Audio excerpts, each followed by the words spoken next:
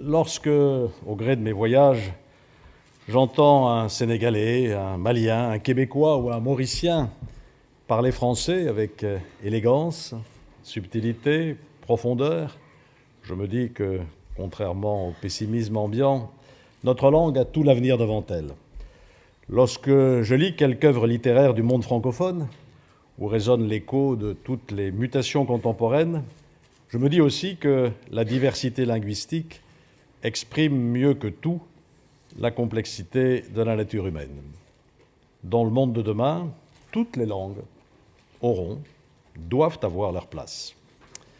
Bien sûr, nous savons tous l'importance de l'anglais, une importance à la mesure de l'extraordinaire expansion du Royaume-Uni pendant 3 siècles, à la mesure aujourd'hui de la première puissance économique du monde.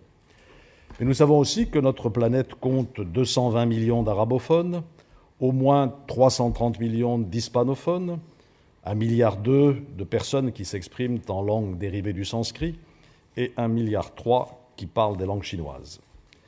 Nous savons aussi que dans un monde multipolaire où les équilibres se redessinent, les nouvelles puissances émergentes affirment la vocation internationale de leur propre langue. Nous savons surtout que le français, présent sur les 5 continents, porte des valeurs, le respect de la personne humaine, la liberté, la tolérance, la démocratie, qui parlent à tous les peuples. Pouvons-nous oublier que c'est en terre francophone, en Tunisie, qu'est né ce formidable élan vers la modernité qu'est le printemps arabe. Dans la rue, sur les blogs, dans les médias, c'est aussi en français que la jeunesse arabe crie ses aspirations. Elle rappelle ainsi au monde que la langue de Montesquieu et de Senghor est une des grandes langues de la liberté, de la dignité et de la justice. Elle nous oblige au devoir de solidarité et de protection. Soyons dignes de cet appel. Notre défi à tous est de faire en sorte que le français demeure la langue universelle qu'il a toujours été. Et ce combat, j'en ai la profonde conviction, n'est pas un combat d'arrière-garde. C'est un combat pour l'avenir que mène l'Organisation internationale de la francophonie depuis plus de 40 ans, avec générosité, détermination, ouverture au monde. Je me réjouis d'ailleurs qu'elle dispose aujourd'hui à Paris d'un siège à la hauteur de ses ambitions et de son rôle. Sous votre conduite vigilante et éclairée, cher Abdou Diouf, et avec le soutien engagé de Jean-Pierre Raffarin, représentant personnel du président de la République pour la francophonie, qui clôturera, je crois, vos travaux, elle a à cœur de se saisir des grands débats de notre temps, la paix et la résolution des conflits, les progrès de la démocratie et des droits de l'homme, ou encore le développement durable. Je suis heureux que le Forum mondial de la langue française, qui se tiendra l'an prochain à Québec, comme l'a confirmé récemment le Premier ministre Jean Charest en visite à Paris, soit tourné vers la jeunesse et les réseaux sociaux. J'y vois un nouveau témoignage de la modernité de l'engagement de votre organisation. Dans ce combat, la France a évidemment une responsabilité particulière, même si la langue française n'est pas sa propriété. Peu de pays accordent autant d'importance à leur langue dans la conscience qu'ils ont d'eux-mêmes. Elle doit jouer tout son rôle sans céder à la tentation de la nostalgie ni de la démission. Il ne s'agit pas d'opposer de façon idéologique le français à telle ou telle autre langue, de faire de la francophonie une forteresse assiégée par le monde anglo-saxon et ses valeurs mondialisées. Dans ce combat d'un autre âge, notre langue aurait beaucoup à perdre. Nous nous battons pour le multilinguisme. Nous devons au contraire encourager la connaissance mutuelle et le dialogue, et c'est l'objectif du rapprochement de la francophonie avec le Commonwealth, voulu par le président de la République et qui doit être poursuivi. Il ne s'agit pas non plus de baisser les bras et de renoncer à notre identité, car c'est avant tout contre nous-mêmes que nous devons défendre notre langue. Vous connaissez ma manie de dénoncer telle ou telle facilité, telle ou telle paresse aux adeptes des meetings, des briefings, des autres conf-calls. Je veux rappeler que l'avenir du français est entre nos mains. Hier encore, dans une réunion, on m'expliquait qu'il fallait suivre notre roadmap, comme si la feuille de route n'était pas une traduction assez poétique, avec un petit parfum automnal de ce sigle. Certes, notre langue doit s'ouvrir à des beaux nouveaux, elle le fait depuis des siècles, depuis qu'elle existe, et on continuera ainsi lorsque c'est nécessaire, lorsqu'il n'y a pas d'équivalent en français, mais ayons le souci de la pureté aussi du français, non seulement de son vocabulaire, mais de sa syntaxe, où il y aurait sans doute beaucoup à dire. Avec l'aide de notre nouvel opérateur, l'Institut français, qui, sous la présidence éclairée de Xavier Darcos, se consacre pleinement à ces missions de promotion de la langue française, je propose que nous portions nos efforts dans 5 directions. La première est celle des institutions européennes et multilatérales, où se décide l'avenir du monde et où notre langue est l'une des rares langues de travail universellement reconnues. Nous devons veiller aux règles, au respect des règles du multilinguisme, à la relève des traducteurs et à la formation au français des hauts fonctionnaires. Avec l'Organisation internationale de la francophonie, nous avons mis en place un programme dont plus de 60 000 fonctionnaires européens ont bénéficié depuis 2007. Je vous demande de réfléchir à la manière d'étendre ce type d'initiative à d'autres enceintes internationales ou régionales. Il va de soi que les Français doivent donner l'exemple. Comme l'a indiqué le président de la République, nous serons vigilants avec ceux d'entre eux qui choisissent de parler anglais dans des institutions dont le régime linguistique et les facilités d'interprétariat permettent pourtant l'utilisation du français. Deuxième direction, les pays francophones, qui comptent aujourd'hui 220 millions d'hommes et de femmes et qui en compteront en 2050 plus d'un demi-milliard. C'est là la chance du français. Nous devons consolider cette communauté unie et fraternelle en aidant nos partenaires à développer la francophonie dans l'éducation, la culture, la communication. Je pense en particulier à la diffusion des chaînes de télévision françaises, au premier rang desquelles TV5 Monde et France 24. Et moi qui passe beaucoup de nuits dans des hôtels répartis un peu partout dans la planète, je sais à quel point il est important, lorsqu'on tourne le bouton de sa télévision ou qu'on actionne sa télécommande, de tomber sur TV5 Monde ou sur France 24. Permettez-moi de m'arrêter un instant sur l'éducation. Notre défi est double. Élever substantiellement le niveau d'éducation et de formation des populations francophones et leur proposer des programmes d'enseignement où la langue française occupe une place importante. C'est la raison pour laquelle nous avons formé 10 000 professeurs de français dans la zone francophone au cours des dernières années. Nous devons poursuivre nos efforts en nous appuyant sur les agences internationales, au premier rang desquelles l'Agence universitaire de la francophonie, je salue André Schneider qui est ici présent, avec 43 campus numériques francophones, 2500 aides à la mobilité d'enseignants, chercheurs et étudiants, une centaine de projets de coopération scientifique et 7000 étudiants soutenus en 2010. Cette agence constitue pour nous un outil tout à fait remarquable.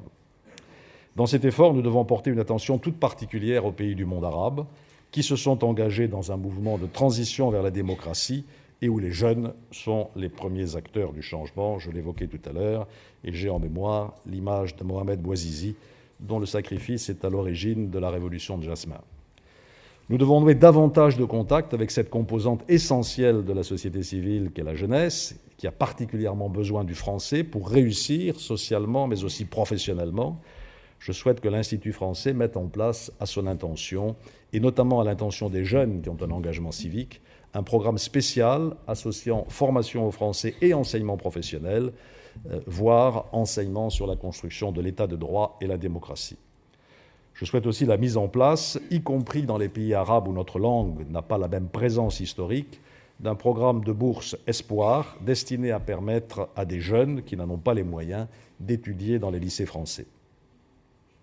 Troisième direction de travail, les pays non francophones où le français a le privilège d'être enseigné, et c'est le cas presque partout. Notre effort doit s'orienter en priorité sur l'Europe, où, vous le savez, le français ne se porte pas très bien. Laisser son usage régresser encore, ce serait affaiblir notre pays au sein de son premier cercle d'appartenance. Notre effort doit aussi se porter sur les pays du G20, où se mêlent puissances établies, comme les États-Unis, ou émergentes, comme le Brésil et la Chine. Chacun d'entre eux a intérêt à encourager le développement du multilinguisme. Chacun d'entre eux doit être conscient de la nécessité de l'enseignement d'au moins 2 langues étrangères.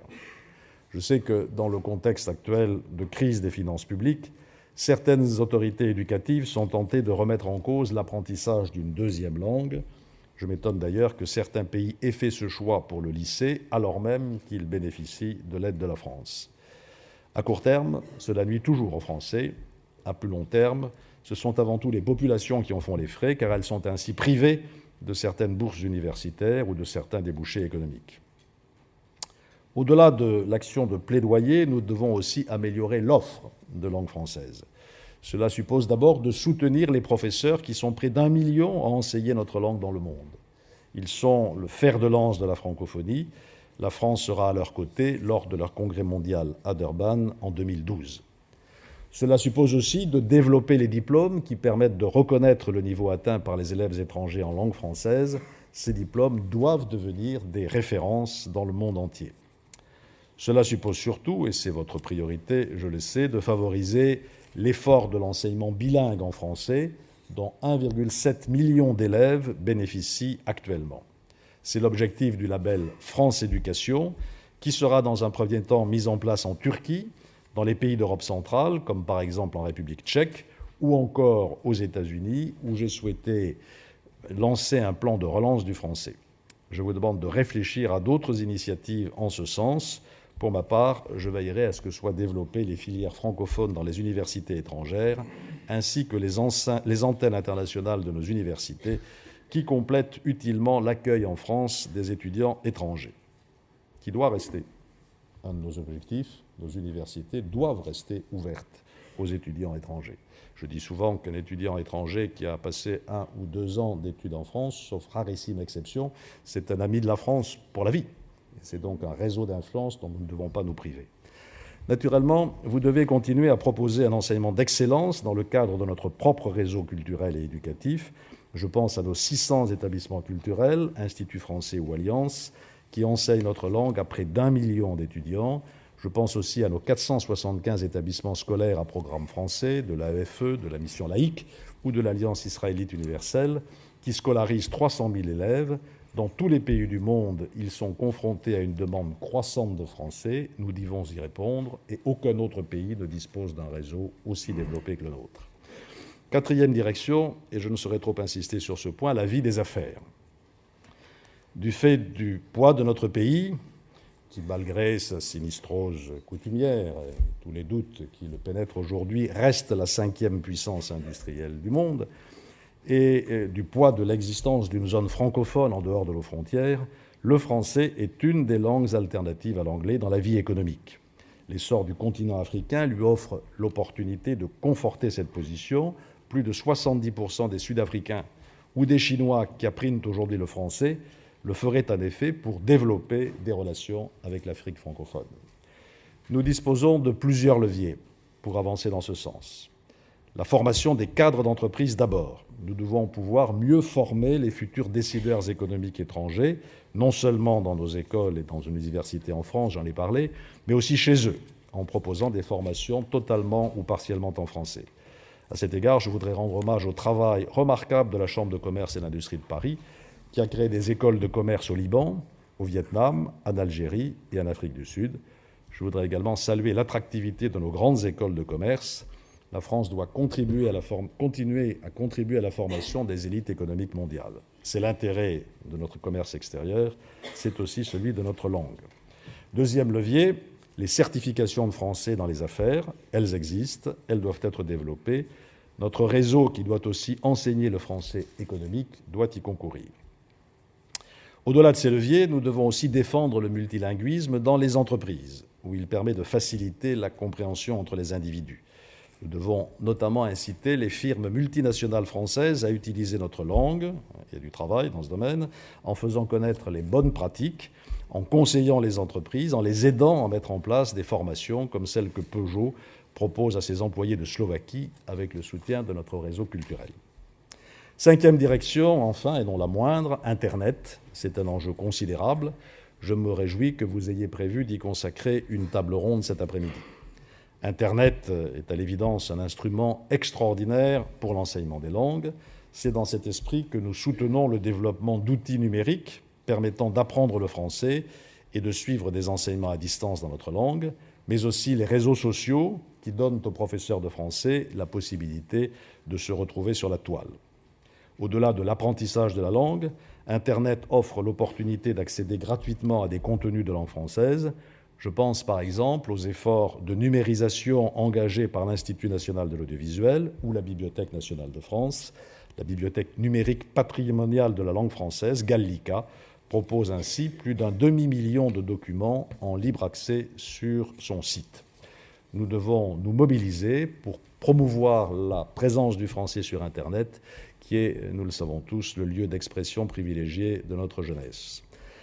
À nous d'en faire un espace à l'image du monde que nous appelons de nos voeux, un monde où les cultures dialoguent au lieu de se replier sur soi, un monde où les identités s'ouvrent les unes aux autres pour mieux se renforcer, un monde où la diversité linguistique concourt à ce pluralisme des opinions, des expériences et de la pensée qui est le fondement de notre liberté et de notre économie. N'ayons pas peur de la mondialisation, c'est une formidable chance à saisir. Mesdames et messieurs, dans Éthiopique, Léopold Sédar Senghor écrivait « Le français, ce sont les grandes orgues qui se prêtent à tous les timbres, à tous les effets, des douceurs les plus suaves aux fulgurances de l'orage. » Au-delà de la politique, de l'économie, de la vie quotidienne, n'oublions jamais que promouvoir le français, c'est d'une certaine manière réenchanter le monde.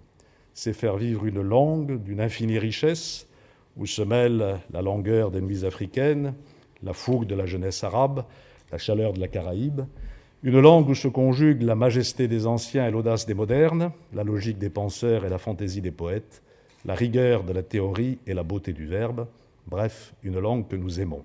C'est votre mission quotidienne et vous avez bien de la chance. Merci de votre attention.